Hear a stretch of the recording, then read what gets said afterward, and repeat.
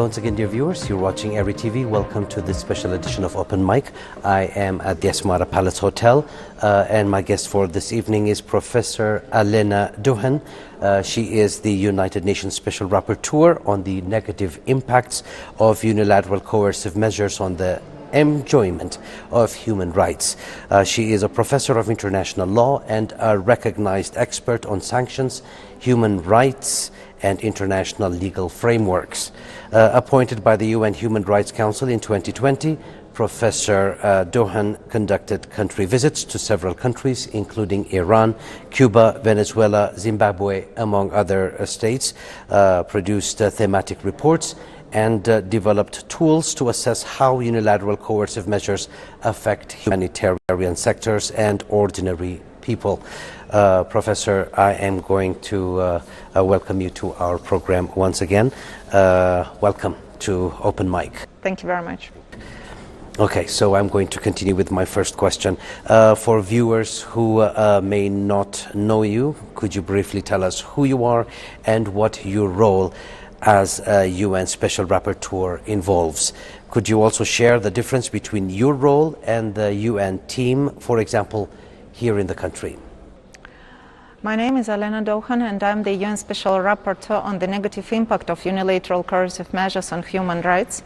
I'm an independent expert which has been appointed by the Human Rights Council to address and to analyze the humanitarian impact of the unilateral sanctions and means of the enforcement worldwide.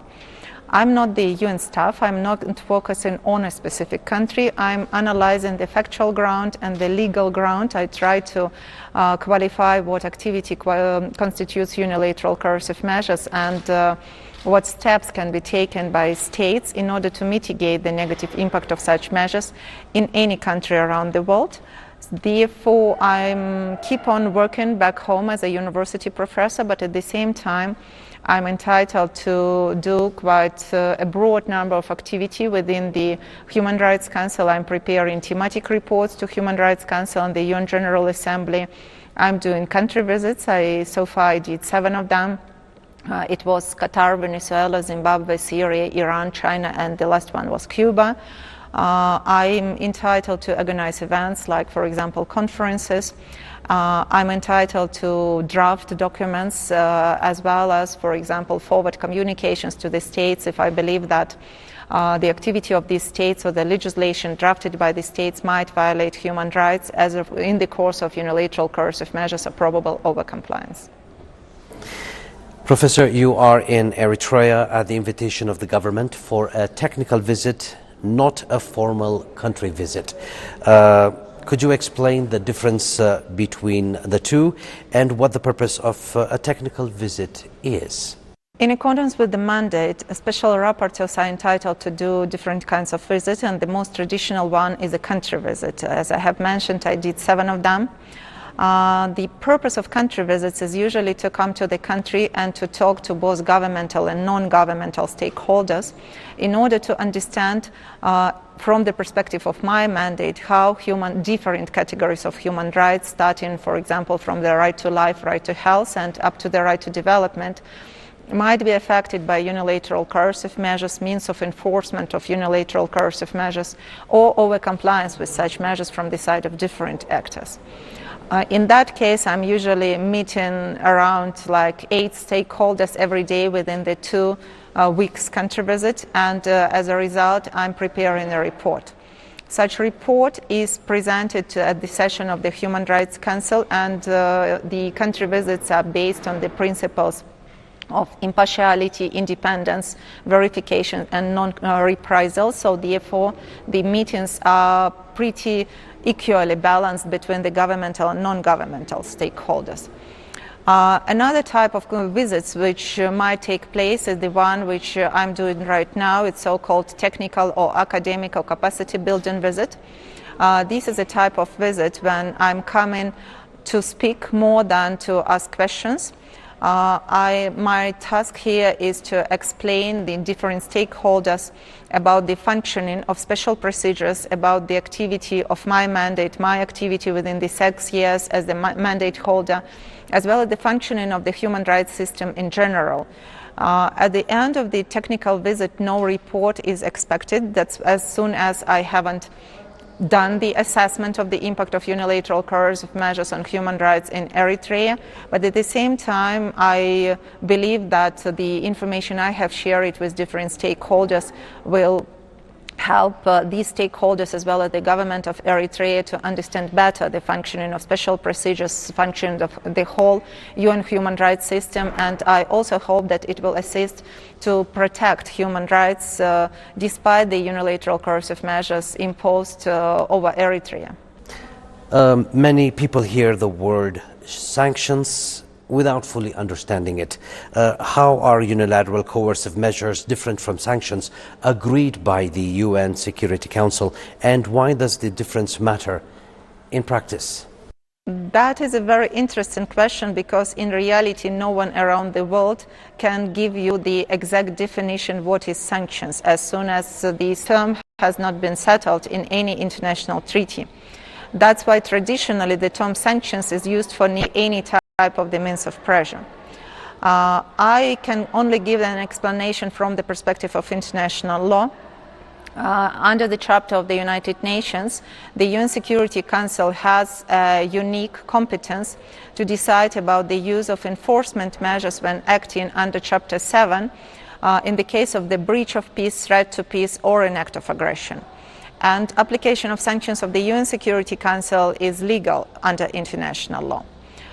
The Charter of the United Nations at the same time is intended to limit the unilateral activity of states. In particular, Article 2, Paragraph 4 is prohibiting states to use force or threat of force.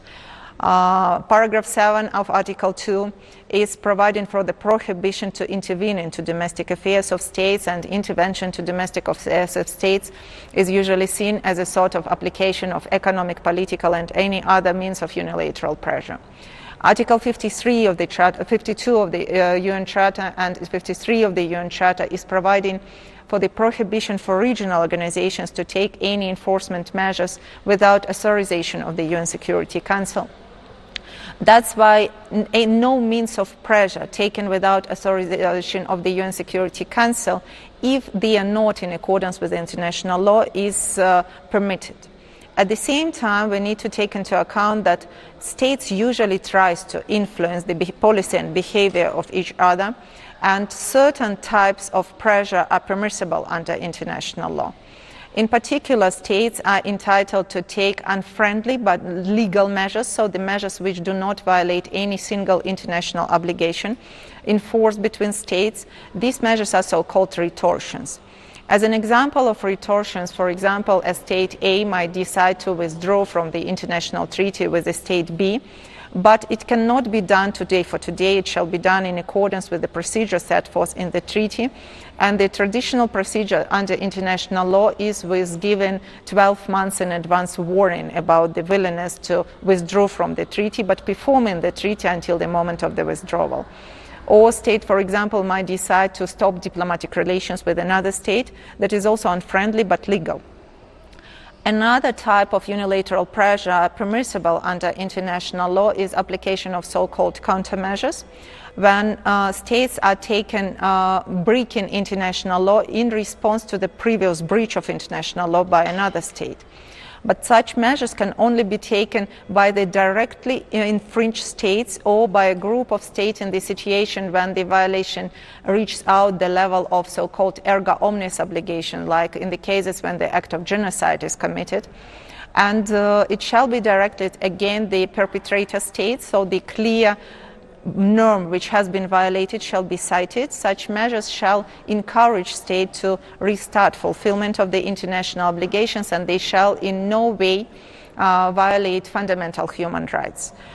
So any measures which are taken, which are, let's say, unfriendly but legal, or those which are taken in the course of countermeasures, do not constitute unilateral coercive measures. However, the means of pressure which are taken without or beyond authorization of the UN Security Council and which do not conform any of the above criteria, so they violate international treaties or they do not fit the criteria of countermeasures, constitute unilateral coercive measures, and they are illegal under international law, as it has been referred to in multiple resolutions of the Human Rights Council and the UN General Assembly. Professor, from your mandate's perspective, how do unilateral coercive measures imposed on Eritrea relate to the principles of the UN Charter, particularly sovereignty, non-interference and international cooperation? Well, as soon as I haven't done the country visit, I cannot comment about the impact of unilateral coercive measures on Eritrea, but I would be happy to provide some reflections from the reports which have already been published about the use of unilateral coercive measures in general and the relation of these measures to international legal standards. As I have already mentioned, measures which can be qualified as unilateral coercive measures violate international obligations and do not fit criteria of countermeasures. From the perspective of the fundamental principles of international law set forth in the Charter of the United Nations as well as the Declaration of Principles of International Law, they are in clear use, the very fact of use of means which can be qualified as unilateral coercive measures violate the principle of sovereign equality of states. So no state can judge another state, they are equal. Moreover, these measures constitute violation of the principle of non-intervention to domestic affairs of states and the principle of peaceful settlement of international disputes, because all states are obliged to look for the ways to cooperate, first of all, and secondly, to settle any disputes which might arise in their bilateral relations by peaceful means. It's also necessary to take into account that when we are talking about unilateral coercive measures, we are talking not only about violation of fundamental principles of international law, because they might affect multiple other international obligations being enforced between states. And here I'm talking not only about bilateral obligations, however, even here there could happen a violation of the, for example, treaties of amity or treaties of cooperation, bilateral investment protection agreement, or bilateral agreements on mutual assistance in criminal, civil or other matters. But also about violation of the multilateral international treaties in different areas, like in the areas of the postal correspondence or the civil aviation or struggle against transboundary crimes. Naturally, it's not possible to say that any unilateral means of pressure violates all these international treaties. It requires to do a very careful assessment, but from the analysis which I have done, I was able to conclude that specific measures violate multilateral treaties and quite often violate bilateral treaties. Professor, based on your experience in different countries, how do these measures affect everyday life, such as access to health services, food, banking, education, or humanitarian assistance? Again, I can only respond this question as regards the other country visit as well as the thematic reports I have done during the work as the mandate holder. Unfortunately, I have to make a conclusion that the use of unilateral coercive measures, means of enforcement of unilateral coercive measures and overcompliance by private sector and other stakeholders with such measures violate a broad scope of human rights. It naturally depends on the scope of measures imposed against a specific country, and it depends on the self-sustainability of such countries, because many countries are more self-sustainable from the perspective of food or from the perspective of healthcare, but other countries are not. In the worst case scenario, there could be a situation like I reflected in my report on the country visit to Venezuela or on the country visit to Zimbabwe, when the right to health is affected enormously because, for example, during the period of my visit to Venezuela in 2021, even water was not available in the majority of hospitals, and there was no medicine and no medical equipment was functionable and available. In other situations, there could be impact might be less, like I reflected in my report about country visit to Iran. Iran is rather self-sustainable as regards the pharmaceutical production, and therefore people were mostly affected in the health area when they were suffering from rare or severe diseases or were allergic to the basic medicine which have been used for treatment of specific diseases. When it comes to the right to food, we also need to take into account that this sphere is substantially affected as soon as many countries depend on food imports. But even if countries are pretty sustainable from the perspective of agriculture, it's necessary to take into account that food is not only food to today. We are talking about the food sustainability as a part of the Sustainable Development Goal. And to be sustainable, it's necessary to have food, fertilizers, seeds, vaccines for livestock, agricultural machinery, energy for agricultural machinery, possibility to proceed food, to preserve food, to deliver food for the consumers. Sometimes it's many countries which impose unilateral coercive measures, they are referring to the existence of humanitarian exceptions which provide for the possibility to deliver food and medicine. It helps a bit, but in practice the use of these humanitarian exceptions is usually non-effective and non-efficient because it refers to food and medicine only. Even in the case of food and medicine, it's necessary to have multiple licenses. Quite often deliveries are not possible because of the challenges to pay, challenges to deliver, and challenges to insure.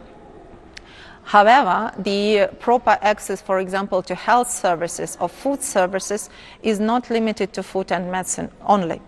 It's necessary to provide for software, it's necessary to keep a sustainable access to energy, to clean water, to have the spare parts for the equipment, to train professionals, to pay the proper salary in the public sector when we're talking about the agricultural sector or the healthcare sector. During the period of my work as a mandate holder, I also produced reports about the impact of unilateral coercive measures on the economic rights, labor rights, social protection, on the right to education and academic freedoms, on human rights in cyber world, as well as different categories of vulnerable groups. That's why, unfortunately, I can conclude that in reality, nearly every human rights might be affected by unilateral coercive measures, naturally depending on the measures imposed, on the ability of the country to mitigate the impact of such measures. Professor Alena, the UCM architecture, often described as a web rather than a single wall for a nation like Eritrea, which prioritizes internal development. How do these complex systems create a chilling effect on foreign investment and banking? Furthermore, what are the hidden humanitarian costs when third-party vendors refuse to engage with the country out of fear for secondary sanctions? In my work, I prefer not to use the term chilling effect because I believe it's something what is like very popularized and a sort of the political meaning. In my work, I'm usually referring to the overcompliance. Formally, one of the hugest problems today is that we face a multiplicity of unilateral sanctions regimes. They are usually not imposed by one country only, but with a multiplicity of countries, and the scope of sanctions imposed is different in different situations. The scope of sanctions might change very fast, and you can never be sure that the entities which are not under sanctions today will not be under sanctions tomorrow. Additionally, there is a number of challenges in the course of enforcement of unilateral sanctions. Circumvention or alleged circumvention of sanctions regime might be penalized pretty severely from being designated under secondary sanctions as such, and it refers not only to the entities and individuals of the country already under sanctions, but nationals and individuals of any third country, including nationals and individuals and companies of the countries which impose sanctions. Additionally, quite often the people who are accused in circumvention or alleged circumvention of unilateral sanctions might face criminal charges.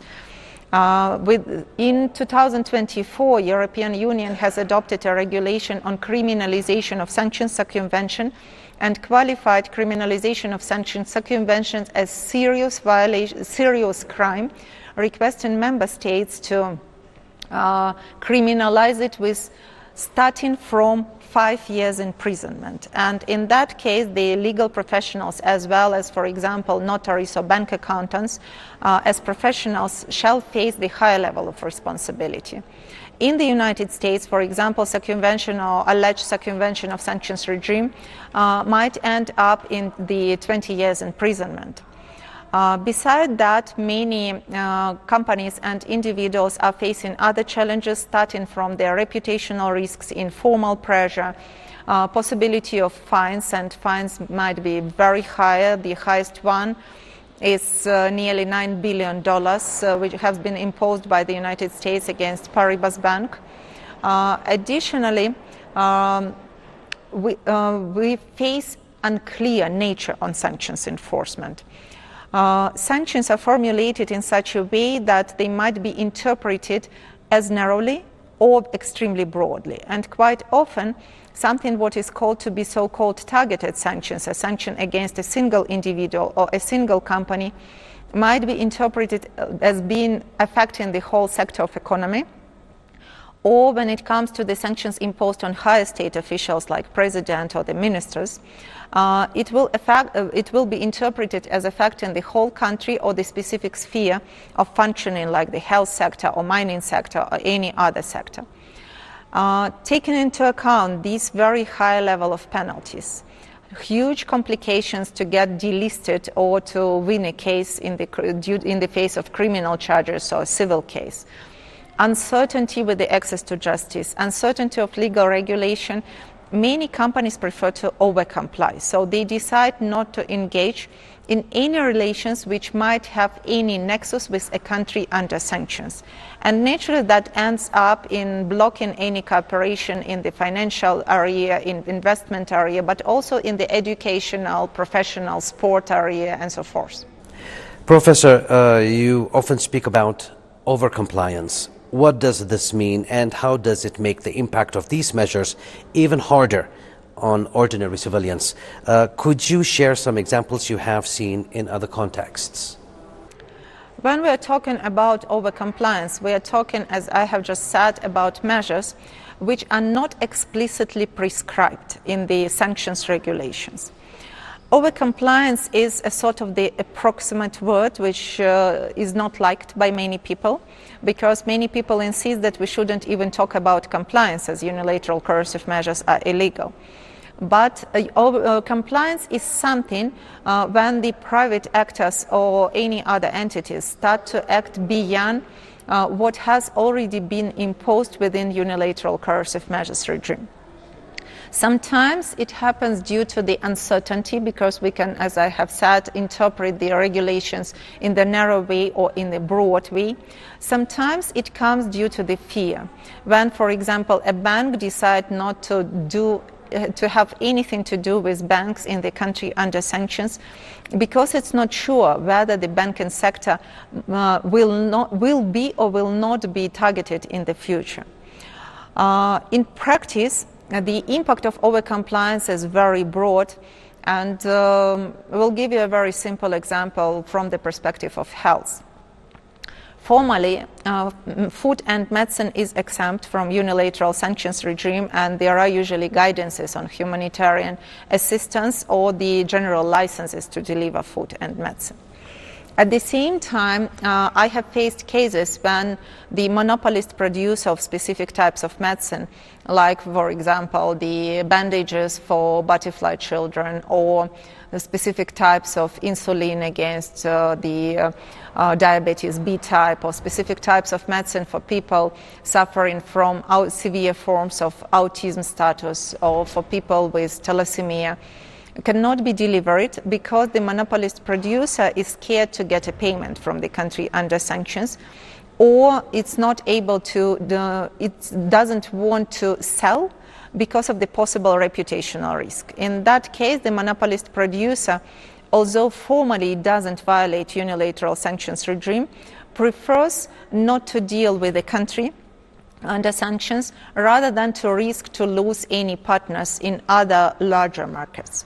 So as a result, although medicine is under humanitarian exceptions, it's not delivered. Similar situation might happen when we're talking, for example, about cutting off certain banks of SWIFT.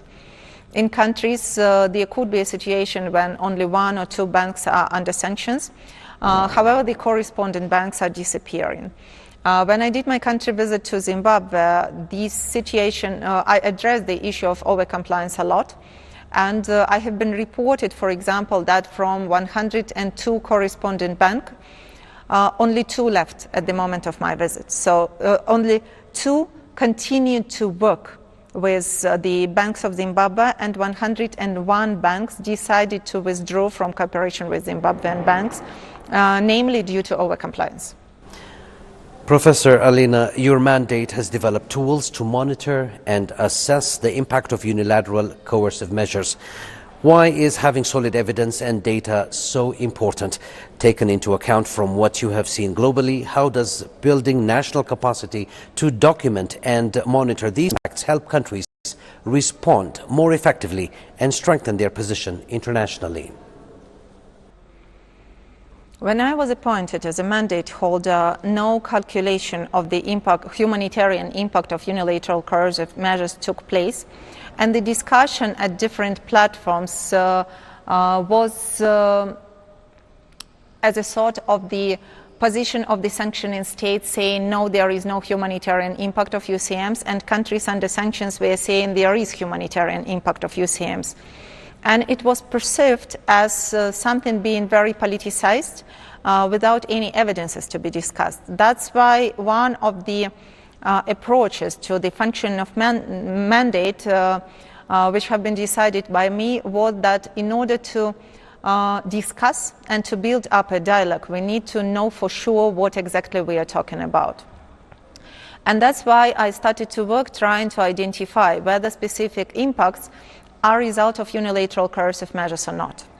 As a very simple example, when we are talking about the growing mortality rates, maternal mortality, for example, growing maternal mortality can be a result of different reasons, starting from the, for example, unwillingness of states to contribute or to build up hospitals, or due to the general impossibility to get to the hospital due to, for example, flood, or due to the impossibility to get to the hospital because there is no transportation available, as soon as there is no fuel due to unilateral sanctions, and there is no medicine and medical equipment in the hospitals because they are prevented to be delivered to the country. Therefore, there is no possibility to assist these women in the process of baby delivery.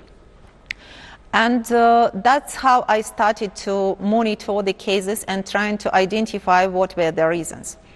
When we start to talk about specific cases, you cannot deny the facts. If it's possible to demonstrate that people are dying because the medicine is not available, although the government always used to provide this medicine to people free of charge or very well subsidized, and the government is ready to continue doing that, what I have reflected in my report on the impact on the impact of sanctions on the right to health, then we can talk about the direct impact on the right to health. And we have specific cases, specific diseases, specific evidences. When it comes, for example, to the right to education, and there are evidences that referring to the developing nature of educational system, there is a prohibition to deliver anything to the country under sanctions, and students are not able to get sufficient teaching materials. Or, for example, there is no equipment to train medical doctor or to train professionals in another area. Or living in the today globalized digital world, there is no possibility to get access to professional databases, starting from the medical databases up to the participation in the conferences using the tools like Zoom or WebEx or any other. Then we can explicitly say that that is because of unilateral coercive measures. From my experience, as soon as we are starting to talk about real cases, real human faces behind unilateral coercive measures, as well as the real humanitarian impact, those who are imposing sanctions are much more inclined to discuss specific situation. That's why I'm encouraging all states to do the monitoring. I developed a monitoring system which is placed on the web page of the mandate. It's open for everyone to fill their personal story, very simple and user-friendly. And that is exactly the possibility to show the figures. When we know the statistics and the figures, we already have the possibility to discuss, we already have the possibility to build up the dialogue, and I hope it will be used as an instrument to protect human rights against unilateral coercive measures and to talk in the future about effective remedy and responsibility for relevant human rights violations. Okay, Professor, what has been your experience in Eritrea so far, and what have you heard, and what are your reflections on your visit? Well, as I have already said, it's very complicated for me to judge as soon as I haven't done the country visit. That's why I cannot do the observations. Although what has been heard around is usually the complications of terrible impact of overcompliance, when the measures taken go much beyond what is prescribed by unilateral coercive measures, affecting therefore all people, and from the perspective of investment, of banking sector, receiving remittances and many other areas. Finally, based on lessons from other countries, what practical advice could you offer to Eritrea as a country experiencing the impacts of UCMs? The recommendations which I'm doing, I believe, are very common for any country under sanctions, and to tell the truth, to many countries which are not under sanctions, because their nationals and companies might be affected by secondary sanctions or other means of pressure. Since the last couple of years, I'm also sending the same recommendations to the countries which impose sanctions, because their nationals become affected as well. So first of all, I'm calling for doing the monitoring and the calculating the humanitarian impact of unilateral coercive measures, means of the enforcement and overcompliance. If we do not know the facts, it's very hard to negotiate. The second point is to raise the issue of the negative humanitarian impact of unilateral coercive measures at different international platforms, not only within the my mandate, but also within the Universal Periodic Review, within the UN treaty body reporting, within the reports about the achievement of sustainable development goals. To be able to do it, we need facts, we need statistics, and we need causality links. Just saying that unilateral coercive measures are affecting human rights doesn't provide any ground for the discussion.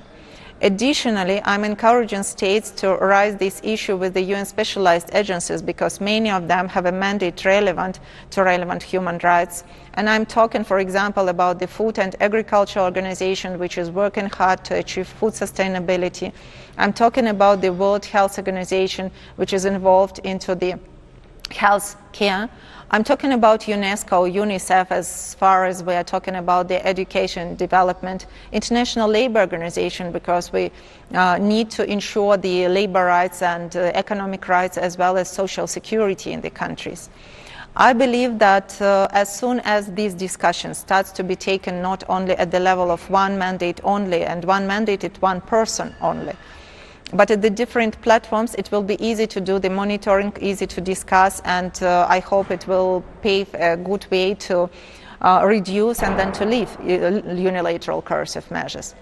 Another recommendation which I'm doing is to start doing the careful research in this sphere, because as an international law professor, my conclusion is that it's not possible to say all unilateral coercive measures are violating all human rights. It's definitely, or are violating all international treaties. It's definitely not the case. It's necessary to do a very careful analysis of every type of measures taken against unilaterally by states which do not fit the authorization of the UN Security Council criteria of retortions or countermeasures, and to analyze what international treaties are affected by these unilateral measures. So therefore, I believe from the perspective of the political discussion at the level of the United Nations, within the UN human rights institutions, within the UN specialized agencies, within the calculation and monitoring of humanitarian impact, within the legal research and might be economic and nutrition and many other types of research, it will provide sufficient evidences and it will provide sufficient legal instruments. Because, for example, if the right to environment is violated, as I have reflected, for example, in my report on Zimbabwe, as soon as the country doesn't have sufficient capacity to protect the environment, to prevent and respond to natural disasters, The country doesn't have the capacity to protect natural heritage and to protect the rare types of animals due to safaris against the protected species. In that specific case, the relevant environmental treaties shall be used as a proper ground for the discussion. Okay, Professor Alena, thank you so much for joining me in our floor open mic for this evening, and I hope you have a safe trip back home as you leave the country tonight. It was a pleasure for me. Thank you very much. Dear viewers, that was Professor Alena Douhan, UN Special Rapporteur on the negative impacts of unilateral coercive measures, who has been here on a visit to Eritrea. That wraps up this week's Open Mic. It is good night from me.